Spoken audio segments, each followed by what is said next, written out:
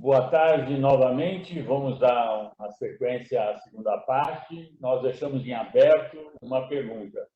Então, vamos começar a partir dela. Como que estão as migrações telemáticas no planeta?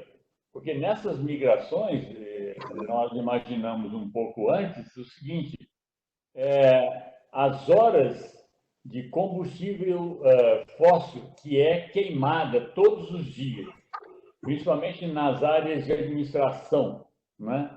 Nas áreas que não têm o impacto necessário da mão humana, como que isso pode se dar? Então, nós começamos com a migração entre países, agora nós podemos falar também nessa migração dentro do próprio país, relacionado à ecologia, né? A partir da telemática. Então, passo a palavra agora ao Evandro e ao Pelizé, para quem quiser dar sequência. Pode começar, Fabio. Bocato, esse tema é interessantíssimo porque eu acho que o mundo, né, a ONU já tem uma coisa já desenvolvida, já tem um projeto, né, desenvolvido já, pensando na sustentabilidade. Então, ele já tem um estudo dizendo que a partir de 2030, né, eles têm 17 frentes, 17 iniciativas abertas, que são as ODS, que eles chamam, essas ODS que estão relacionadas a não somente o tema de recursos naturais, mas também questões humanitárias, né? Então, se isso não for resolvido até 2030, né, de alguma forma, o mundo corre um risco de um certo colapso. Então, esse aspecto da migração tecnológica, né, não, num primeiro momento, não tenha dúvida nenhuma que ele vai colaborar muito, porque o simples fato, e a gente já observa isso, né? Recentemente, se podia ver nos canais de Veneza golfinhos. Aqui na Europa, outro dia, tinha um vídeo super interessante de alguns animais que, inclusive, já saíam do seu habitat natural e se sentiam confortáveis, se sentiam liberdade total para, inclusive, entrar no ambiente, nas metrópoles, nas cidades, etc. Então, foram vistos ursos, coiotes, raposas e etc. e tal, entendeu? Se locomovendo perfeitamente pela cidade, etc. e tal. Então, os índices de contaminação aqui reduziram drasticamente. Se você olha desde a NASA tem já alguns estudos, algumas fotografias já realizadas, né, onde você olha, entendeu, do ponto de vista de concentrações nas metrópoles. Então, esse aspecto, essa parada que o mundo deu nesses 60 dias, e que provavelmente vai existir mais algum 90, mais algum período, né, isso já traz, de alguma forma, um certo respiro, né, para o próprio planeta. Então, agora, obviamente que o mundo vai começar a observar isso de uma melhor forma, né? Então, isso, quem sabe, também é um bom assunto para ter uma conversa mais para frente, o tema da sustentabilidade, qual é o impacto que o mundo vai trazer. Mas, voltando para o nosso raciocínio, né, eu não tenho dúvida que toda essa migração tecnológica, de alguma forma, vai colaborar, né, para que esse tema da sustentabilidade seja mais respeitado, ele seja mais. Por quê? Porque o simples fato que a gente comentava anteriormente de existirem menos viagens, existirem menos locomoção, né, da população de alguma forma, esse turismo desenfreado, esse consumo desenfreado, etc. e tal, se tudo isso concentra de alguma forma, entendeu? Num processo de automação, num processo de digitalização e etc. e tal, não tenha dúvida nenhuma que os impactos, entendeu, serão, entendeu, vistos no primeiro momento.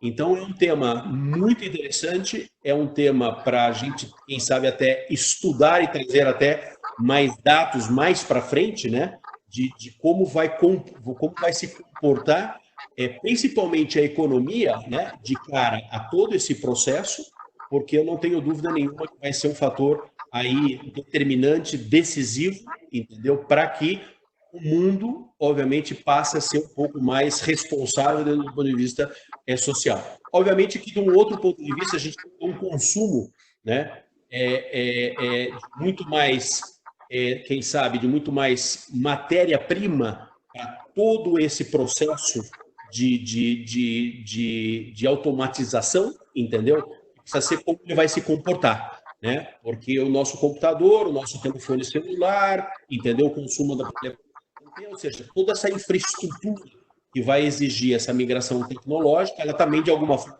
ela vai consumir recursos naturais ao mesmo tempo. Então, a gente precisa ver até que ponto, entendeu? Isso daí vai ser marginal, né? Esse não vai ter tanto impacto, ou se o não consumo, a não migração, a não excesso de socialização que a gente vai ter a necessidade de estar nos ambientes de trabalho, entendeu? Ele, se a gente comparar, é melhor um do que o outro, né? Então, eu agora jogo a palavra um pouco para o Evandro, mas eu não tenho sombra de dúvida que esse período pós-Covid, esse período essa tendência, né, de automação e de digitalização, de transformação digital que vai existir, entendeu? Ela vai gerar um outro perfil, quem sabe, inclusive de consumidor. Muito interessante isso, Fábio, que você diz. Então, acho que poderia separar em dois tipos de migração. Tá? O primeiro tipo seria a migração desse trabalho que estava no escritório, agora eu faço uma migração para minha própria casa. Então, minha casa vira um escritório virtual, né? Então, nesse aspecto, as barreiras tecnológicas não existem, as barreiras do estigma parece que estão caindo, e isso dá uma ajuda ao planeta, como você falou bem, né?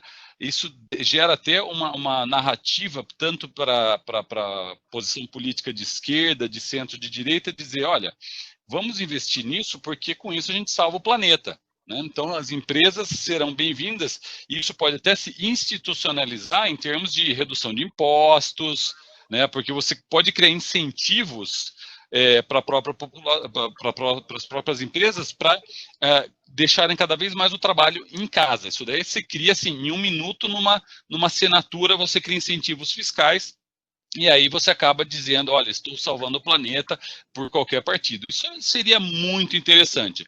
É uma necessidade ecológica e uma vontade popular, como o Bocato disse aí numa primeira pesquisa, 54% das pessoas. Isso é formidável, né? Isso é uma solução, assim, talvez uma luz do fim do túnel do problema ecológico. Agora, tem uma outra migração também, a migração do trabalho do indivíduo, do trabalho do profissional, para um software. E isso gera, claro, não são todas as indústrias, os setores, o setor do turismo, o setor da hotelaria, o setor da gastronomia, você ainda vai precisar de um chefe, de alguém que vai atender. O Japão tentou fazer alguns robôs para fazer comida, disse que a comida era péssima, né? Então, existe alguma física quântica aí no chefe, relação com a comida. Mas esses empregos não são tão bem pagos assim. Então, os empregos bem pagos, né, que antes era o emprego de oficina, de escritório, os colarinho branco, que a gente chama, essa migração para o teletrabalho, a gente já vê, isso não é o futuro, isso já está acontecendo. Então, hoje eu tenho softwares que vão analisar jurisprudências, né, de tomada de decisão de corte, e já vai te dar a porcentagem de chance de você ter de ganhar aquele caso.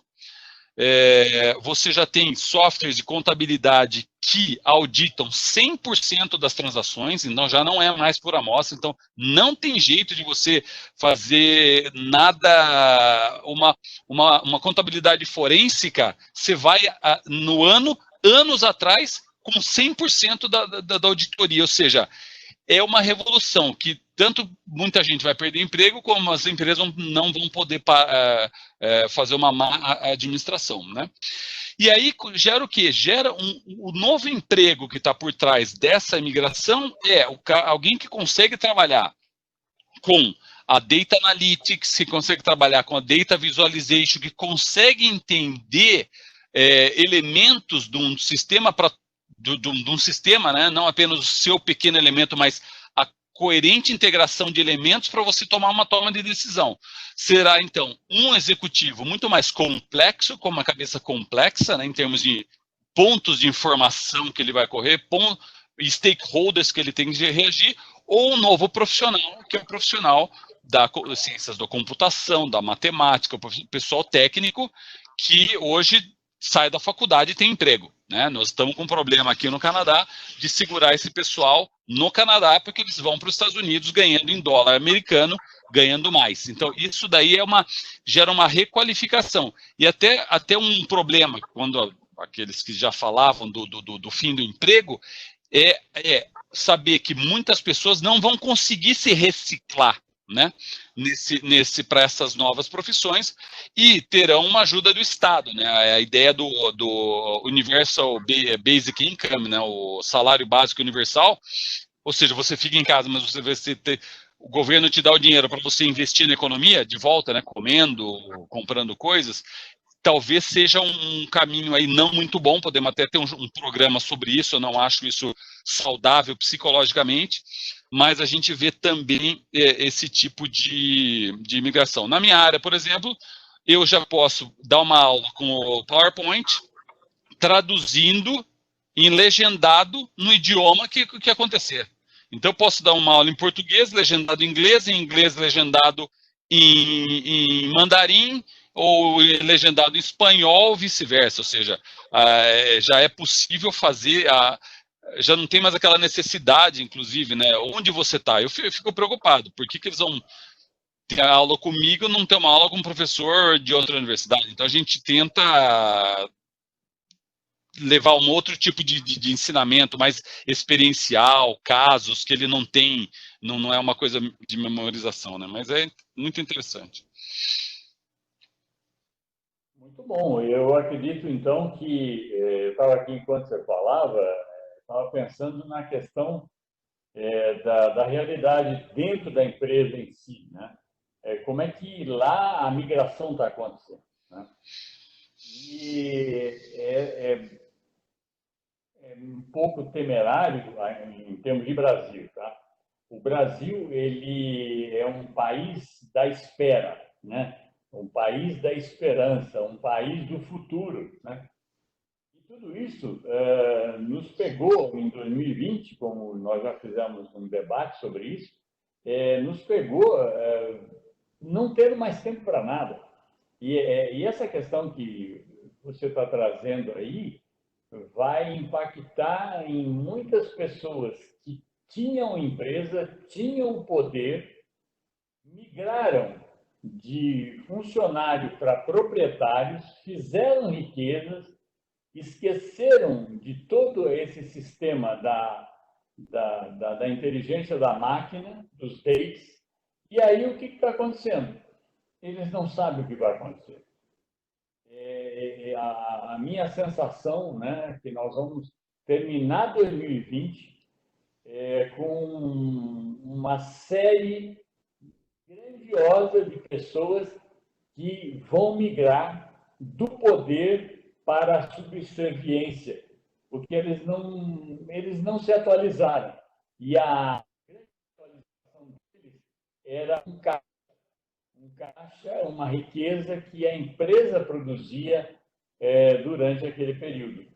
E agora, muitos setores, né, a gente vê cidades inteiras, pequenos comércios simplesmente fecham a porta, o material fica lá, eles não têm como retirar, o aluguel está atrasado, aqueles funcionários socialmente estão com problema até de ir para seguro-desemprego, porque nem baixa da carteira foi dada.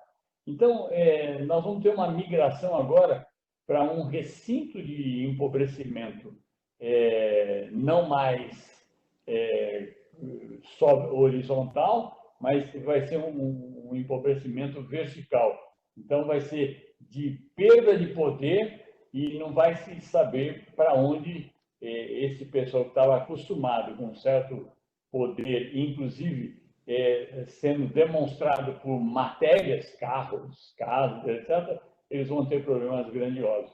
porque o custo do poder sempre foi muito alto. E aqui também, né, Bocato, fica um tema interessante, porque eu acho que aqui vai entrar também em questão, muitas vezes, a capacidade de gestão, né? A gente olhando principalmente o lado empresarial, talvez no mundo educativo tenha algo também, que é o aspecto da liderança, o aspecto de gestão de pessoas, né? Então, tem muita gente que se empodera, né? Que gera o seu poder, né? Na frente de, né? Com necessidade de pessoas próximas, etc. E tal. Como vai ficar agora essa relação, né? Se metade do mundo agora for telemático, né? Como vai ficar agora essa relação, né? De como empoderar pessoas em grupos de trabalho, como vai ficar a relação do proprietário, né? Em algumas, a gente fala mais de empresa, né? Porque o negócio, o comércio pequeno, ele ainda vai continuar existindo, né? Talvez ele crie derivações, né? Mas cria outros canais de distribuição, mas dentro do mundo empresarial, como vai ficar a questão da gestão das pessoas, né? Como eu vou agora gerenciar pessoas que não estão mais na minha frente, que não estão mais num grupo de pessoas onde eu possa, entendeu? Me sobrepor, impor minha liderança, convencê-las de um determinado assunto e etc. e tal, e essas pessoas agora, né? Então eu fico imaginando uma reunião de trabalho, né? Onde você tem aí sei lá, vamos colocar aí 10 pessoas. Então eu estou aqui conversando, estou dizendo como é que vai ser, como é que vai funcionar, impondo minha liderança, impondo minha gestão, impondo o projeto, impondo etc e tal, e todo mundo calado, né? Cada um vai ter o seu direito e tal. Mas eu fico imaginando essa mesma reunião de forma telemática, onde inclusive eu estou dando direito para que essas pessoas se comuniquem entre elas, né? Coisa que numa reunião presencial não existiria dessa forma. Então eu trago esse tema também, quem sabe isso pode gerar também, a gente pode ter uma outra discussão mais para frente, entendeu? Porque vai acabar trazendo, entendeu? Essa telemática, digamos assim, esse desenvolvimento digamos assim, da tecnologia, que cada vez mais está extremamente avançada, entendeu? Como é que vai ficar agora também o tema da relação, entendeu? Interpessoal, né? Como é que vai ficar as relações de trabalho envolvidas nesse tema. Então eu fico imaginando o Evandro dando aula, né? E como é que você vai fazer para dar uma prova, né? Como é que você vai ter a segurança 100% de que seu aluno, entendeu? Ele não está colando, ele não está com um livro aberto atrás do computador, atrás da tela aqui, né? E está olhando exatamente tudo o que você está pintando. Não sei. Isso é uma questão super interessante também, que em algum momento todo esse avanço tecnológico, entendeu, vai trazer. Então, eu escutei... Rapidinho? Desculpa. Claro. Não, pode falar. Então, se a universidade for uma analogia para a empresa, então a gente já tem algumas indicações, algumas lições, alguns casos, tá? As faculdades aqui na província, elas estão abrindo agora em setembro e talvez até agora também, porque é o seguinte, alguns laboratórios e alguns cursos eu não posso estar fechado. Tá? Então, por exemplo, eu não posso ter um curso de química se o aluno não for no laboratório de química. Eu não posso ter uma pesquisa básica para desenvolvimento de medicamento, de terapia com animais, com porquinho, com ratinho, se eu não estou lá com o porquinho, com o ratinho. Eu não posso desenvolver um motor, eu posso até desenvolver em 3D o motor, mas eu preciso ver o motor funcionar. Então, na empresa também vão ter algumas áreas que não dá para fechar e a pessoa tem que estar lá. Tá? No entanto, tive 3 experiências nas últimas 2 semanas. Eu fiz um pitching day, com gente fazendo pitch e gente, os anjos capitalistas, os parceiros e gente assistindo por online. Vocês presenciaram porque vocês estavam lá. Eu fiz reunião do meu departamento, ou seja, eu tenho 14 professores mais a secretária, normal, é como se eu estivesse lá numa sala, porque eles estão falando comigo e eu estou vendo ele na minha tela, até. Eu tenho essa tela grande aí que você fala. E eu estou dando aula no MBA, com meus 25 alunos, e cada um fazendo pergunta, eu pego a lista e falo, fulano de tal, o que você acha disso? E ele está lá participando, já fizeram apresentação de casos, que eles vão share a tela comigo, então eles apresentam, eles fazem as perguntas para a classe, não mudou nada. Não mudou nada. Então, algumas coisas... Agora, claro, se fosse um texto, PDF, uma prova de multiple choice, realmente problemático, não tem essa relação. Mas no vídeo, nós estamos tendo uma relação aqui. A gente não dá um abraço, mas nós estamos tendo uma excelente relação. Com relação à prova, você tem que mudar o modelo de prova, você tem que fazer uma prova que é um estudo de caso, que não tem jeito de colar. Se você faz multiple choice, ou se você precisa fazer multiple choice, porque sua disciplina precisa disso, já tem software, um software da Estônia, que vai analisar, tem algoritmo por trás para ver o seu movimento corporal e dos olhos, se você está olhando algo fora da prova. E já identifica e fala, olha, isso aqui tem grande possibilidade de você estar com o vídeo gravado, tal. Ele faz a gestão de que esse aluno, ele fez assim, ó, ele está colando aqui. Pare, já tem software, $5 por aluno, ou seja, nem é caro você fazer isso. Nós estamos analisando na universidade se nós vamos colocar esse software aí ou não, entendeu? Então, já não tem mais restrição tecnológica, né? E se está mudando a confiança para positivamente, confio mais, ótimo, vamos para frente. Perfeito. Eu queria, então, só encerrar, pegando uma fala do Perzé. Historicamente, o mundo, ele desaparece o custo médio. Tudo que for custo médio, ele tende a desaparecer. Vou dar um exemplo. Quando tinha o pequeno armazém, né, de uma pessoa, era o marido e a esposa, que enquanto fazia almoço, o outro estava lá na frente do negócio, etc., né? Existia um armazém médio, que era alguém que tinha 4, 5, 6 funcionários, né? Então, esse tinha um custo médio. Aquele casal, o custo era custo zero, custo pequeno. Enquanto um fazia almoço, o outro trabalhava. Depois, enquanto um ia lá almoçar, o outro ficava no lugar. E esse custo pequeno, ele continuará historicamente sempre. O problema é o custo médio. Por quê? Como o Evandro está dizendo, ele tem uma estrutura numa universidade que pode pagar $5 para comprar um equipamento que vê as pessoas de soslaio, que é do meu tempo essa palavra, olhando de rabo de olho, né? Então, é um grande negócio educacional. Quem vai quebrar? A pequena escola com 10, 12 professores. Por quê? Quem é o dono? É um professor empreendedor. Botou lá 5, 6 numa creche, ele não dá conta. Então, sempre o mundo ele se resolve, o grande fica maior, o pequeno continua pequeno. E os médios, eles vão se renovando. E agora, nesse momento, quem vai se renovar? O médio que não investiu em telemarketing.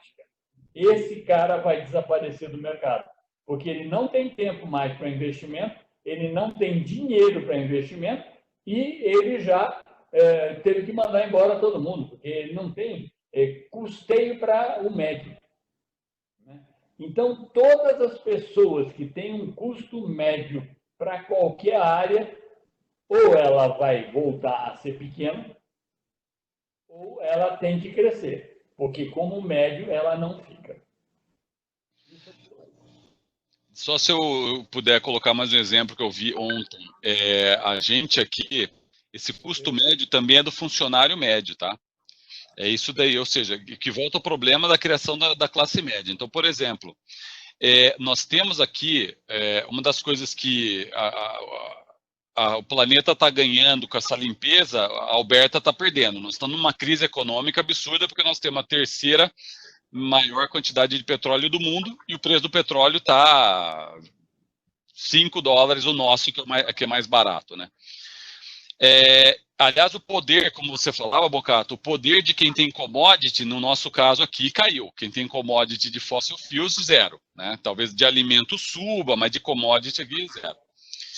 E nessa produção, que é a maior produção do mundo de petróleo, que é um petróleo minerado, porque ele é misturado com areia, né, o oil sands que eles chamam aqui, nós temos aqueles caminhões que você assiste em filme, até aquele filme do Avatar, muito legal, do James Cameron, ele se baseou aqui em Alberta, na verdade, né, porque ele é canadense, ele copiou o que está acontecendo aqui, o problema das indígenas e tal.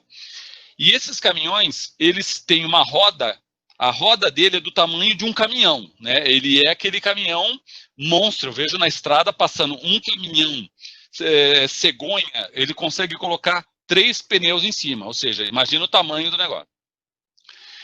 E uma empresa aqui da cidade desenvolveu um software, porque o que acontece? Esse caminhão ele para e vem uma pá que é um monstro e joga o petróleo com areia dentro do caminhão.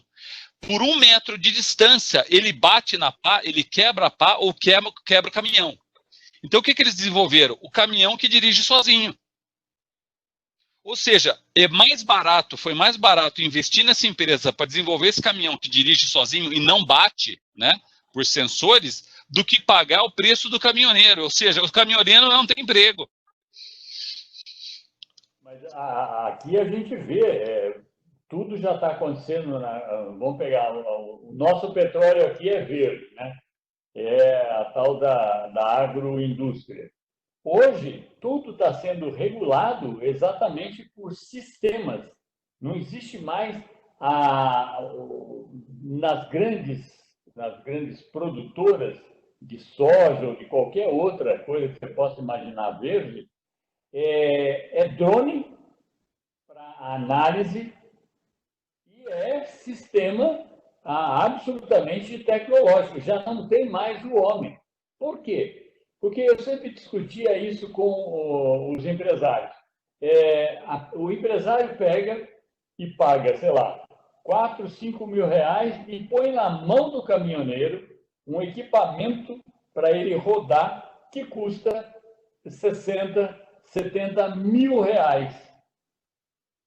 Cuidado que esse cara tem no sentido de ter aprendido a trabalhar com aquele caminhão.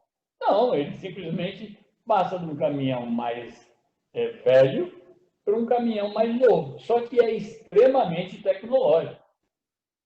Ele já não tem mais uma série de coisas que teria aquele caminhão que ele estava acostumado. Agora, qual que essa empresa média teve de conhecimento da mudança para preparar esse caminhoneiro para o próximo caminhão de 70, 80 mil reais?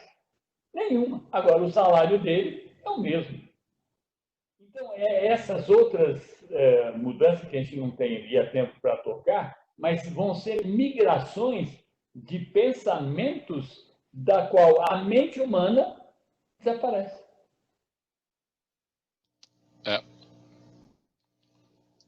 É isso aí. Abraço. Uma boa tarde a todos, um bom final de semana e amanhã nós podemos publicar tudo isso. Bom dia. Tchau. Tchau.